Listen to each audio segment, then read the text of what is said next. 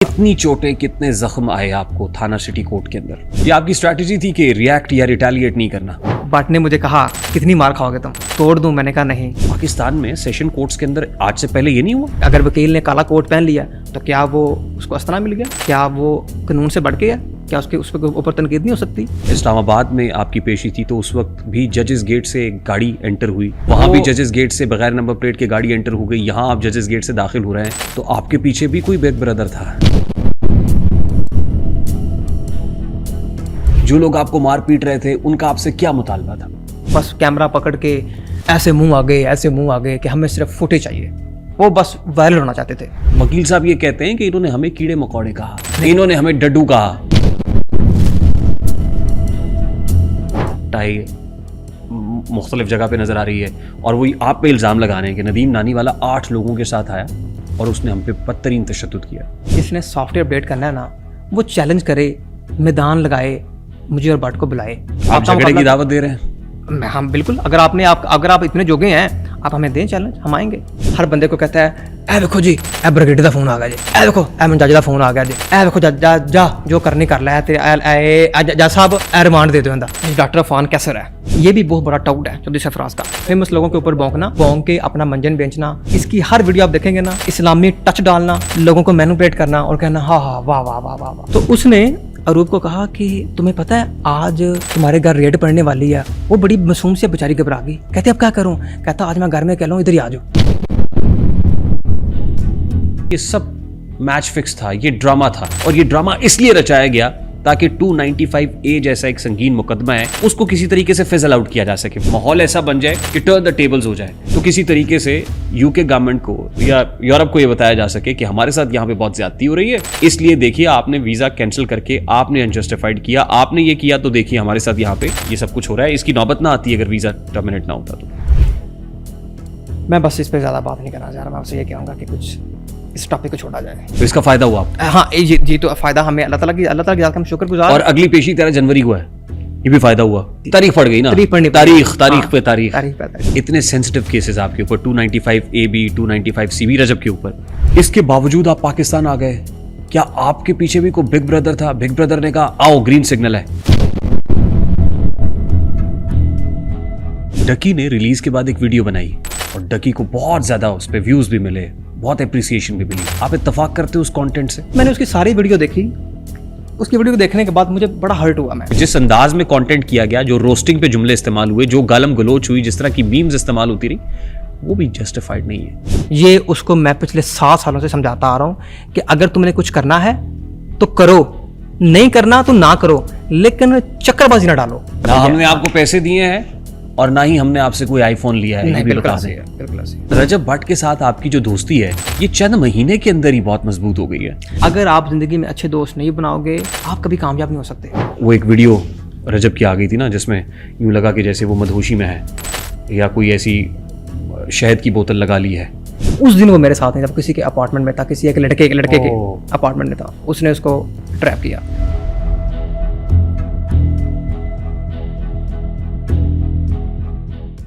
Assalamu alaikum and a very warm welcome to RTS, which is Rehan Tariq show on 24+. This is Pakistan's first audience-based podcast. और अगर आप भी बतौर audience हमारे इस podcast में शिरकत करना चाहते हैं और मौजूद मेहमान से कोई भी सवाल करना चाहते हैं तो स्क्रीन पे दिए गए नंबर पे जरूर कांटेक्ट कर लें। आज का पॉडकास्ट कदरे मुख्तलिफ है, अनऑर्थोडॉक्स तो नहीं कहूंगा, लेकिन हम इसको इनोवेट करना चाहते थे कि इस पॉडकास्ट को लाइव स्ट्रीम करें ताकि बराह रास्त आप लाहौर में हैं, कराची में है, पेशावर में है, केपी में, रहीम यार खान से अटक तक हमारा ये पॉडकास्ट सब लोग लाइव देखें और अनसेंसर्ड अनफिल्टर्ड बातें आप तक पहुंच जाए। बावजूद हम लाइव तो नहीं कर रहे, लेकिन कोशिश यही होगी कि अनसेंसर्ड और अनफिल्टर्ड एक एक जुमला बेन ही आप तक पहुंचे, कोई भी कटिंग ना हो। और जाहिर है यही हमारे इस प्लेटफॉर्म की खूबसूरती भी है। और जब हम बहुत सारी चीजें काटते नहीं हैं तो फिर जाहिर है काटने के बाद जो दर्द होता है वो पहले होना शुरू हो जाता है। बाहर कैफ, आज के पॉडकास्ट में ऑडियंस तो नहीं है लेकिन मेहमान है, और मेहमान शख्सियत जो मेरे सामने विराजमान है इस वक्त बहुत ज्यादा वायरल है। बहुत ज्यादा बातें इन्हीं के गिर्द घूम रही हैं हमारे सोशल मीडिया पे, कंट्रोवर्शियल भी बहुत है। जहां मैं तो इनके बारे में पहले ही कहता हूं, जहां कोई लड़ाई झगड़ा या कंट्रोवर्सी होती है ना, वहां पे ये जरूर होता है। और अभी जितनी फड्डे, जितनी लड़ाइयां, जितने झगड़े चल रहे हैं, उसमें भी कहीं ना कहीं ये मौजूद हैं और जिस हद तक मौजूद होना चाहिए, चाहे शायद उससे एक कदम आगे ही होंगे। यूके से मामला शुरू होता है, फिर इस्लामाबाद पहुंचता है, इस्लामाबाद से लाहौर, लाहौर से कराची। एक पिंग पोंग है जो चल रही है। कहते हैं इनका जब मैं नाम लूंगा ना तो आप कहेंगे नाम तो सुना होगा। नाम इनका नदीम मुबारक है, लेकिन प्यार से इनको नानी वाला कहा जाता है। नदीम मुबारक उर्फ नदीम नानी वाला, तो नाम तो सुना होगा। और आप तो समझ रहे हैं कि नदीम नानी वाला से बात करना इस वक्त इतना इंपॉर्टेंट क्यों है। जाहिर है सिटी कोर्ट के अहाते के अंदर जो कुछ हुआ, जो धींगा मुश्ती और जो मछली मंडी बनी, और जिस धक्कम पेल का निशाना शिकार इनके दोस्त मशहूर व्लॉगर मारूफ यूट्यूबर रजब भट्ट बने, और जैसे फरते जज्बात में इन्होंने अपने दोस्त को घेरे में ले लिया, यानी वो बाहों के हिसार में ले लिया। उसके बाद तो दोस्ती के ऊपर लोग लिख रहे हैं कि दोस्त हो तो ऐसा, दोस्त वो जो मुश्किल में काम आए, मुसीबत में काम आए। तो नदीम नानी वाला की दोस्ती की मिसालें ना सिर्फ पाकिस्तान के अंदर बल्कि भारत के अंदर भी, बिला तखसीस मजहब, वो मुसलमान है, वो सिख है, वो ईसाई है, वो हिंदू है, सब इनकी दोस्ती के ऊपर वारे जा रहे हैं। और उसके अलावा जाहिर है जब आपके पास रिकग्निशन होती है तो कंट्रोवर्सीज तो आती ही आती हैं। तो बहुत सारी कंट्रोवर्सीज पे भी बात करेंगे, इनकी दोस्ती पे भी बात करेंगे, थाना सिटी कोर्ट के मामले से लेके 6 जनवरी और 6 जनवरी के बाद 13 जनवरी को क्या होने जा रहा है इस पर भी बात करेंगे। लेकिन मैं इनकी तरफ आने से पहले सिर्फ यह बताना चाहता हूं कि इनसे एक नशिस्त इसी जगह पे हमारी पहले भी हो चुकी है। वो नशिस्त उस वक्त थी कि जब ये एक और दोस्त को रेस्क्यू करने के लिए पाकिस्तान आए थे और वकला के दरमियान खड़े होकर उन्होंने कहा था बस मैं आ गया हूं, और डकी को, और उस वक्त भी मैंने ऐसे ही कहा था कि नदीम नानी वाला आ गया है, डकी को छुड़ा के ले जाएगा, और वकला के दरमियान में मौजूद थे। और फिर हमने कहा था आइए जरा हमें वो गिदड़ सिंगी बताइए कि आपके पास क्या है। फिर उस दोस्त के साथ क्या हुआ, उसको बिग ब्रदर मैसर आया, इनको वो दोस्त मैसर आया भी या नहीं आया, इस पर भी बहुत सारी बातें हमने करनी है। तो बिला ताखीर जनाब नदीम नानी वाला साहब, अस्सलाम वालेकुम। वालेकुम सलाम। बहुत बहुत शुक्रिया, thank you very much for taking some time out. Thank you ji. UK से इस्लामाबाद पहुंचे, हम आपके पीछे लगे रहे। इस्लामाबाद से लाहौर आ गए, हम फिर पीछे पीछे थे। लाहौर से कराची पहुंचे, कराची में जो कुछ हुआ उसके बाद भी मीडिया भी आ गया। नदीम मुबारक साहब हमारे हाथ नहीं आ रहे थे। नहीं, अभी हमें 10-12 दिन आए हुए हैं और बस लड़ाई चल रही हैं, आपके सामने ही है। कभी कराची, कभी लाहौर, कभी इस्लामाबाद, तो बस इसी चक्रों में, इसी चीज़ों में बिजी चल रहा है सिस्टम। और आज कल रात में लाहौर आया, मैंने आपसे वादा किया कि मैं आपके पास होऊंगा 2-3 बजे, तो मैं आपके पास पहुंचा। जहां लड़ाई होती है वहां नदीम नानी वाला होता है। देखें, ये किस्मत का खेल है मेरे ख्याल से, कि असल में मेरे ख्याल से जहाँ मेरे दोस्त होंगे वहाँ मैं होऊंगा, तो अगर लड़ाई होगी तो ज़ाहिर है वहाँ पे मैं होऊंगा। जहां लड़ाई वहां नदीम नानी वाला। नहीं, जहाँ लड़ाई नहीं, जहाँ मेरे दोस्त होंगे वहाँ कोई मसला बनेगा तो मैं ज़ाहिर होऊंगा। कितनी चोटें, कितने जख्म आए आपको थाना सिटी कोर्ट के अंदर? असल में ज़्यादा चोटें तो जब वहाँ या पीछे से वो वकील साहब, उसके साथ पहले तो 5-6 बंदे थे, तो जैसे हम एंटर हुए हैं तो उसने आके जैसे हमला किया, तो बट को जैसे उसने पीछे से बुज़दिली का मज़ारा करते हुए उसने, मैं उसको एक बहुत बड़ा बुज़दिल कहूँगा, वो वकील नहीं, एक बुज़दिल शख्स था, उसने उसको पीछे से वार किया और उसी टाइम उससे रहा नहीं गया। मैंने उसी वक्त उसको अपने लेफ़्ट बाजू से ऐसे पीछे धकेला उसको, वकील को, और उसको मैंने बट को पकड़ा और अपने हाथों में वहाँ घूम गया और साइड में ले गया। फिर वहाँ से मैं साइड में ले गया, फिर मैं इवन के वो नीचे गिर गया हम, तो फिर मैं बट के ऊपर लेट गया। वो मेरे बाजू पे छोटी छोटी लगी, यहाँ पे, बैक पे। फिर वहाँ पे बट ने मुझे कहा कि मैं तोड़ दूँ, मैंने कहा नहीं। फिर उसने कहा कि अब नीचे आ जाओ, कितनी मार खाओगे तुम। फिर उसने मुझे नीचे फेंका, फिर वो ऊपर आया, फिर उसको मार पड़ी। ऐसे ही ये आगे चलता रहा। आपको इस बात का इदराक नहीं था कि थाना सिटी कोर्ट में आपके साथ ये होगा? नहीं, असल में कंसर्न्स तो होते हैं, लेकिन मुझे रजब ने यह कहा था और मैंने उसको यह कहा था कि अदालत के अंदर ऐसा नहीं हो सकता, क्योंकि अदालत के अंदर जब आप जाते हो, सरेंडर करते हो, तो अदालत के अंदर एक जजेस की पावर होती है, तो जजेस की होती है। और मुझे यकीन था कि जो वकील बरादरी है वो इस तरह की गुंडागर्दी नहीं कर सकती। नहीं, आपने इससे पहले नहीं देखा कि जजेस तो कोर्ट रूम के अंदर वकला के हाथों पिटते हैं? आपने ये नहीं देखा कि बख्शी खाने से जब एक मुलजिम को अदालत पेशी के लिए ले जाया जाता है तो गोलियां उसको भून देती हैं और वो जमीन पे बेहिस्सो हरकत पड़ा हुआ होता है, खून बह रहा होता है?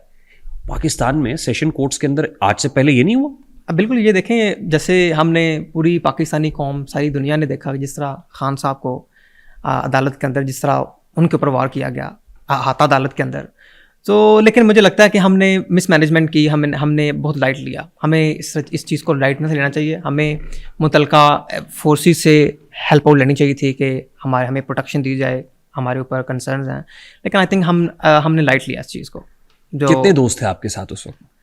मैं और रजब थे, कोई नहीं। बाकी जब हम अदालत में एंटर हुए तो वहाँ पे 4-5 ऐसे लोग खड़े हुए थे, तो वो कह रहे थे कि यार वैसी फ़ोटो शोटो वीडियो बना रहे थे, तो वैसे ही साथ चल रहे थे, तो ऐसी बातें कर रहे थे कि हमारे होते हुए आपको कोई हाथ नहीं लगा सकता। तो उसमें मज़े की बात है कि साथ 2 पुलिस वाले भी थे उनके साथ, तो कहते हैं कि आपको नहीं पता सिंध पुलिस का, आपको नहीं पता ये यहाँ हमारे होते हुए ऐसा नहीं हो सकता। तो जैसे ही उन्होंने आके पीछे से भट्ट साहब को वार किया है, वो उनमें से 3 बंदे वहीं खड़े रहे हैं, जैसे वो जैम हो गए थे। तो मैं हैरान हो गया कि यार क्या बातें कर रहे थे और क्या ये निकले। आपके वकला भी आपके साथ नहीं थे? नहीं, असल में हमारे जो वकला थे वो गेट नंबर 1 पे थे, मियां अली इशफाक साहब। जजेस गेट से? हम जजेस गेट सेंटर हुए थे। अच्छा। तो वो 500 मीटर का फासला था, जो पहले 3-4 मिनट मैं और बट खुद ही एक दूसरे को प्रोटेक्ट करते रहे हैं। तो जब मियां अली इशफाक साहब आए हैं, उन्होंने आके बड़ी अग्रेसिव तरीके से हमें वहाँ से ऐसे पकड़ा है, और उस मियां साहब ने कहा छोड़ो इन्हें, बड़े गुस्से से। और मियां साहब ने बड़ी दिलेरी का मुकाबला किया, और मियां साहब ने वहीं से लेके कोर्ट रूम से लेके कमेटी रूम तक उन्होंने सिर्फ लॉ की बातें की कि ये तुम जो कर रहे हो ये गुंडागर्दी है, ये वकालत नहीं है। लेकिन वो उनका एक ही काम था, वो बस कैमरा पकड़ के ऐसे मुंह आगे कि हमें सिर्फ फुटेज चाहिए। वो बस वायरल होना चाहते थे कि हम किसी तरह जो है ना हमें फुटेज चाहिए। वो बस इसी चक्कर में कभी मुझे पीछे धकेलना, कभी बट को आगे धकेलना। तो ये दक्कम देर जोल थी, ये तकरीबन मेरे ख्याल से 40 मिनट ये चलती रही। कोर्ट रूम पहले हम बड़ी मुश्किल से पहुंचे, वहाँ पे लड़ाई शुरू हो गई। तो पहले 30-40 मिनट मेरा जो हाथ था ना वो बट के ऐसे था, ठीक है, यहाँ पे ऐसे 30-40 मिनट्स 30-40 मिनट्स मैंने उसको छोड़ा नहीं। कमेटी रूम जब हम पहुंचे, वहाँ पे जब बट को बिठाया, मेरा हाथ कुर्सी में तब भी ऐसे था, और तब बट को सांस नहीं था आ रहा। उसने कहा कि मुझे सांस नहीं आ रहा। जब उसने कहा कि मुझे सांस नहीं आ रहा, उस वक्त एक ऐसा मोमेंट था कि मैं अंदर से रो पड़ा था उसको देख के कि बेचारे को सांस नहीं आ रहा। तो उसने कहा पानी। तो फिर मैंने कहा पानी, मियाँ साहब को मैंने पानी कहा, तो सब फिर वो वहाँ पानी आया, उस बेचारे ने पानी पिया।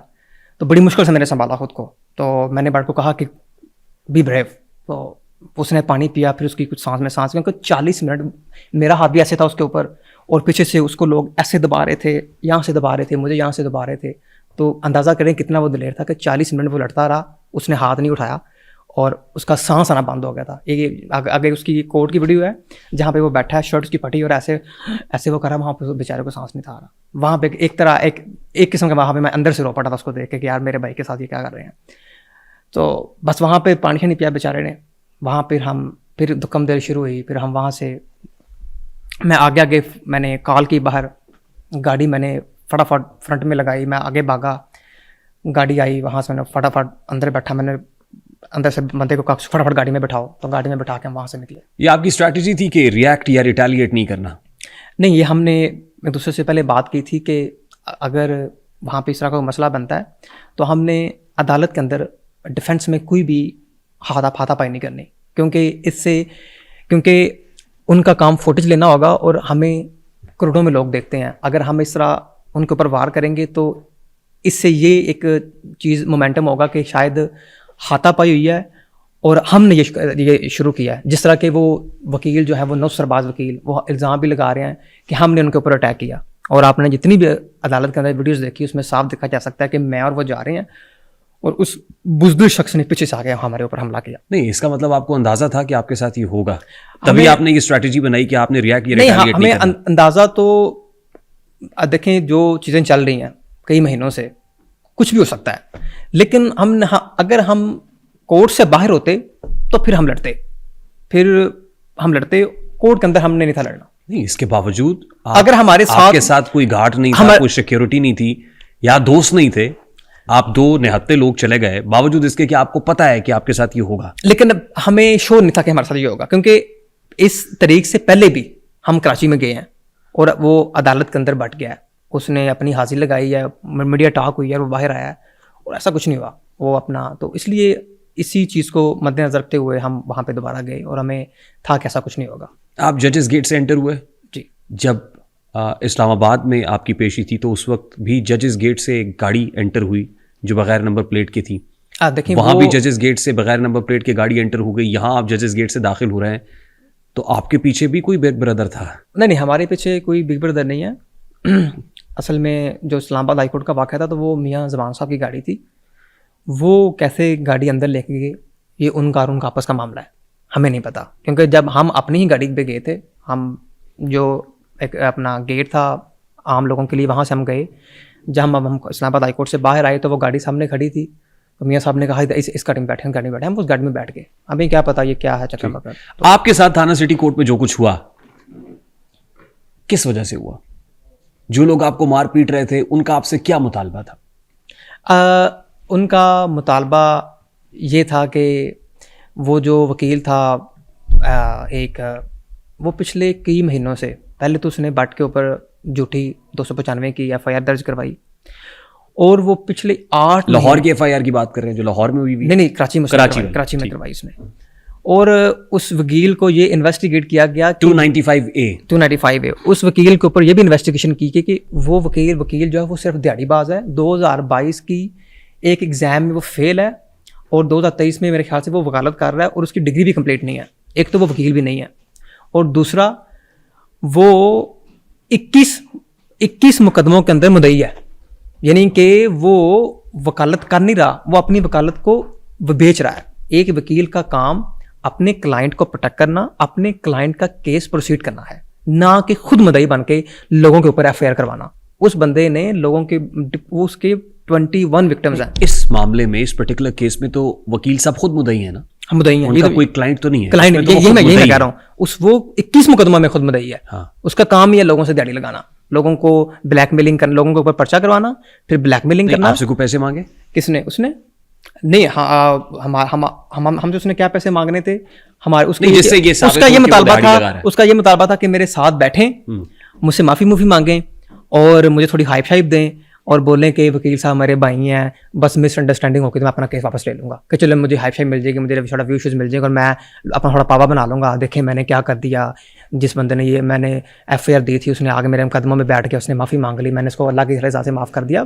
क्योंकि बट ने ऐसी कोई हरकत की नहीं थी कि जिसके लिए बट उसके पास जाता और उसको कहता कि सॉरी जी। तो बट ने वहाँ पे 40 मिनट मार खाई मेरे साथ। उसने तब उन्होंने वहाँ पे जोर लगा दिया कमेटी रूम के अंदर कि माफ़ी भी, ऐसे कैमरे ऊपर कर दिया कि माफ़ी मांगो। बट ने कहा माफ़ी नहीं मांगनी। मियाँ साहब ने कहा माफ़ी नहीं मांगनी, ऐसी जो भी बात होगी बाद में होगी, कोई माफ़ी शाफ़ी नहीं मांगनी।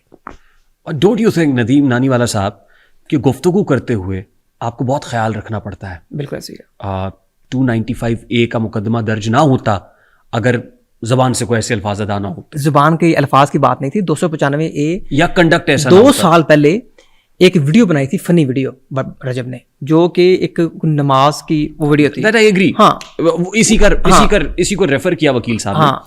और फिर उसके बाद वकील साहब ये कहते हैं कि इन्होंने हमें कीड़े मकोड़े कहा, इन्होंने हमें डड्डू कहा। रजब ने, बट ने किसी भी वीडियो में कीड़े मकोड़े नहीं कहा, ठीक है।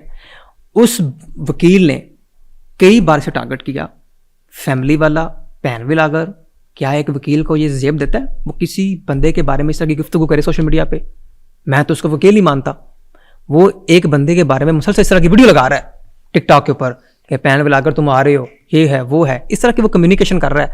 तो क्या रजब अपना अब तो दूसरा जो बंदा है वो कोई हक नहीं रखता उस पर तनकीद करने का? अगर वो बंदा इतनी बिलो द बेल्ट तनकीद कर रहा है तो क्या, क्योंकि अगर वकील ने काला कोट पहन लिया तो क्या वो उसको अस्तना मिल गया? क्या वो कानून से बढ़ गया? क्या उस पर ऊपर तनकीद नहीं हो सकती? क्या उसको अरेस्ट नहीं किया जा सकता? उसको सब कुछ किया जा सकता है। अगर कानून की नज़र में सब बराबर है, चाहे वो आम शहरी हो चाहे वो वकील हो। अगर आपने काला कोट पहना इसका ये मतलब नहीं है कि आप बदमाश हो, आप बदमाशी करोगे। मैं आपको ये भी बता दूं कि मैंने इस सारे वाक़या में सिंध पुलिस को बहुत कमज़ोर पाया कि जिस तरह उन वकीलों के ऊपर हमने FIR करवाई। FIR का इंदराज तो हो गया है वकीला पे। हाँ, FIR करवाई और मुझे एक्सपेक्टेशन थी कि वो जाएँ, अब वो अरेस्ट करेगी सिंध पुलिस उनको। और मैं यहाँ पे ख्वाजा तहसीन पेश करता हूँ गवर्नर साहब कामन तसूरी साहब को, कि जिन्होंने हमें कॉल की और उन्होंने हमें बड़ा डांटा कि आपको सिक्योरिटी चाहिए थी, आपने हमें बताया नहीं, आप हमारे शहर में आए, आप हमारे मेहमान थे।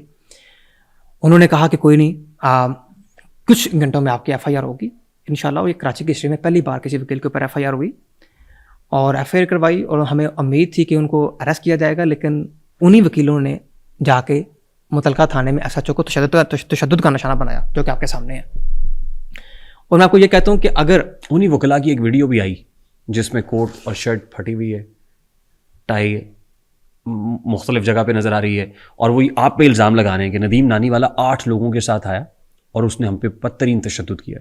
देखिए, ये वीडियो जो है मैंने देख रहा हूँ मैं इंस्टाग्राम पे और टिकटॉक में, इसके ऊपर मेरा कोई कमेंट नहीं, क्योंकि इसकी हिस्ट्री मैं नहीं जानता कि वैसा इल्ज़ाम क्यों लगा रहा है। और इसके साथ साथ उसने ये भी इल्ज़ाम लगाया कि नदीम नानी वाला का भी सॉफ्टवेयर अपडेट किया जाएगा।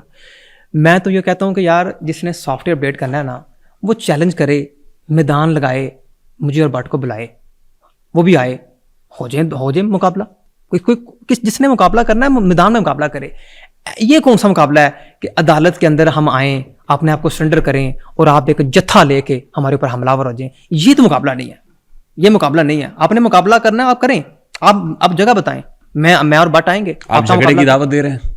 हम बिल्कुल, अगर आप इतने जोगे हैं, आप हमें दें चैलेंज, हम आएंगे। लेकिन ये तो वो बात हुई कि मुझे किसी ने चैलेंज किया, वो अकेला आया और मैं साथ में 100 लोग ले गया और जाकर मैंने उसको मारा और मैंने कहा लो जी बल्ले बल्ले। ये तो बदमाशी है।